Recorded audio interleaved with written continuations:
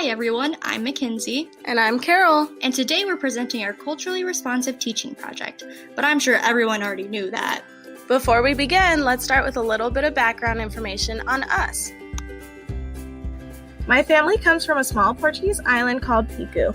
Here my family owns a house and a vineyard where much of my family spent their lives making wine. My parents were not religious, but they decided that I should grow up attending Catholic school. Because of this and my family expectations, I grew up with great respect for my elders and people of authority. This greatly influenced my teaching because I assumed that students would share in the same respect for people of authority. Whenever students would talk back to me, I would become extremely upset.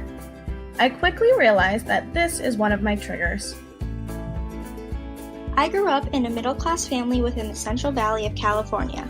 My family raised me with Christian beliefs which instilled values of service and compassion into my life. Along with religion, education was also valued by my family. The family on my father's side seemed to have a teaching gene, and many of the Walkers went into the teaching profession. Since my values are centered around Christianity and education, I realized I was taught to respect authority of teachers and elders sometimes without question. I was also praised for my academics.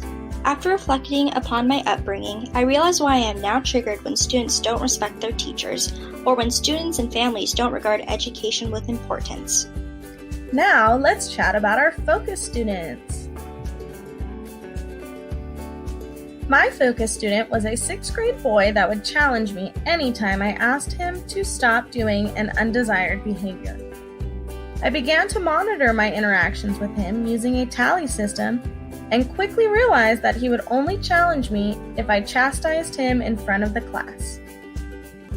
If I were to talk to the student one-on-one instead, he would quickly correct the behavior. After learning more about this student, I found out that he identifies as emotionally disturbed. I realized that I needed to be more responsive to his needs. For my focus student, I chose a 4th grade boy who I was having a difficult time connecting with.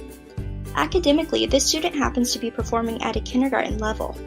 As a result of his low performance, he oftentimes chooses to not participate in class activities, or he focuses his attention on off-task behaviors. When I first arrived at my new placement, I didn't know what grade level he was performing at, so I thought he was just choosing to be defiant when I asked him to do his work. After discussing the student's situation with my guide teacher, I quickly realized that the student had a difficult time accessing the content, which would sometimes result in a lack of motivation.